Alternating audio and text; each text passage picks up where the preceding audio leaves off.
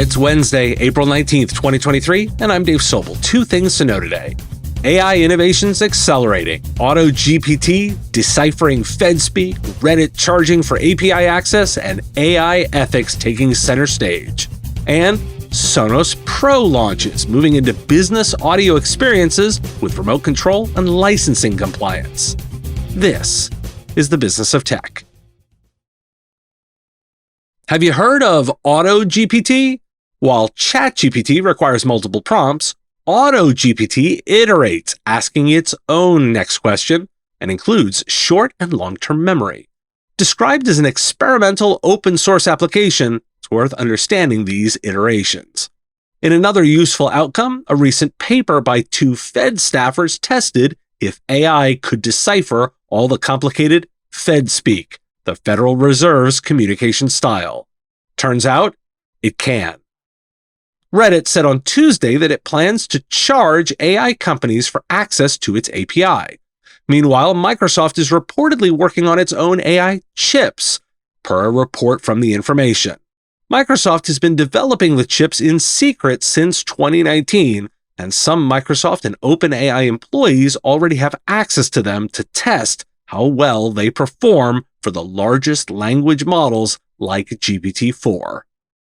ConnectWise is now adding AI-assisted PowerShell scripting in its IASO platform to two of its products, Automate and RMM. The company said that this is Automate's first integration into the IASO platform, and that the underlying power of IASO made rapid development and deployment of the ChatGPT integration possible. Atlassian, with their new AI-driven virtual teammate, offers features like AI-generated summaries for Confluence and test plans in Jira, or reworking responses to customers in Jira Service Management. And while we're talking OpenAI, the Washington Post has released its research into what datasets were used to create the large language model. Looking at Google's C4 dataset, a massive snapshot of the contents of 15 million websites. The top three are patents.google.com, Wikipedia, and Scribd.com, a subscription-only digital library. But there are others in there, including at least 27 other sites identified by the US government as markets for piracy and counterfeits within the dataset. And I have three ethics-related threads to pick up on. A German artist has declined a photography prize after revealing that AI generated the winning image. Quote, "I applied as a cheeky monkey to find out if the competitions are prepared for AI images to enter. They are not," he wrote.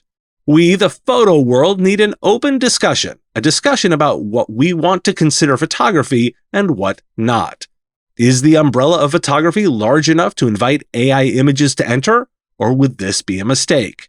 With my refusal of the award, I hope to speed up this debate." Second, a Bloomberg piece focuses on the use of ChatGPT for therapy. Despite warnings about privacy and medical concerns, the article interviews several users using it to supplement their traditional mental health services. And third, another Bloomberg report cites 18 current and former Google workers and screenshots of internal messages.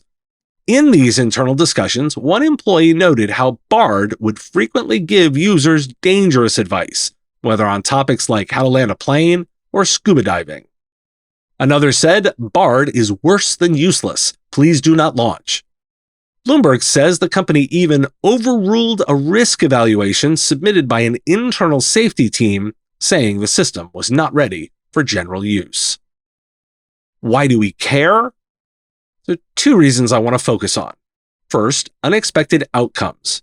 Did you predict that AI could parse the Fed? Or that it might create a new chip war? Or that users will find ways to use it despite warnings not to do so? Well, security-minded listeners are probably not surprised by that one. And we've gone from nothing to continual product release in such a short time, which leads to the second reason. The importance of learning the models as the value of service providers. Customers will look to technologists to help them solve problems with AI, and the models are all different. Not only should you parse the value of the feature, but insight into the model beneath will tell a lot about the function of the results. Sonos has announced Sonos Pro, the new service targeted at businesses, restaurants, bars, and retail stores that makes playing music across numerous locations easy without breaking any licensing rules.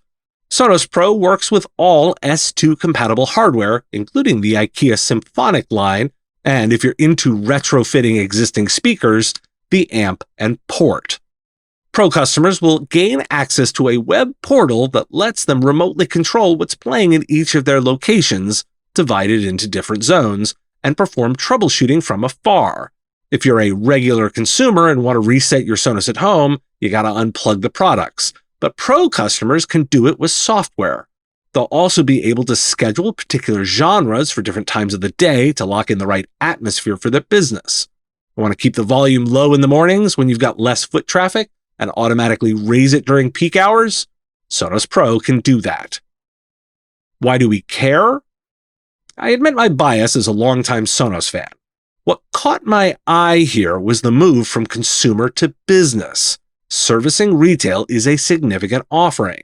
There's a lot of power here, and similar to how simplified point-of-sale solutions changed retail, so too could an audio offering like this. Also gives a case study into ancillary markets, which any services organization should consider. What market is similar that you can adapt to?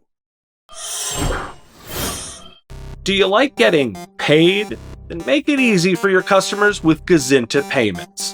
Do you teach your customers not to click on links from strange domain names like mymsp.monkeypayments.com or slowbooks.com?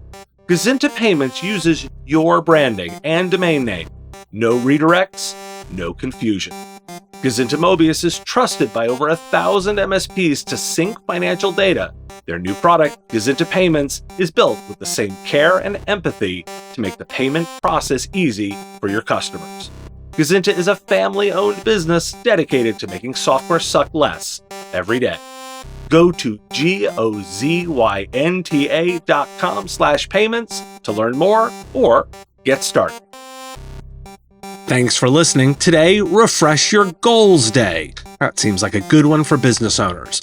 I've changed a little bit of my production process. I hope you've heard no difference in the show at all, but if you have, please make sure to let me know. I do appreciate the feedback, and I look forward to talking to you tomorrow. The Business of Tech is written and produced by me, Dave Sobel, under ethics guidelines posted at businessof.tech. Like the content? Support the show at patreon.com/MSP Radio or buy our Why Do We Care merch at businessof.tech. If you want to reach our listeners, visit mspradio.com/engage.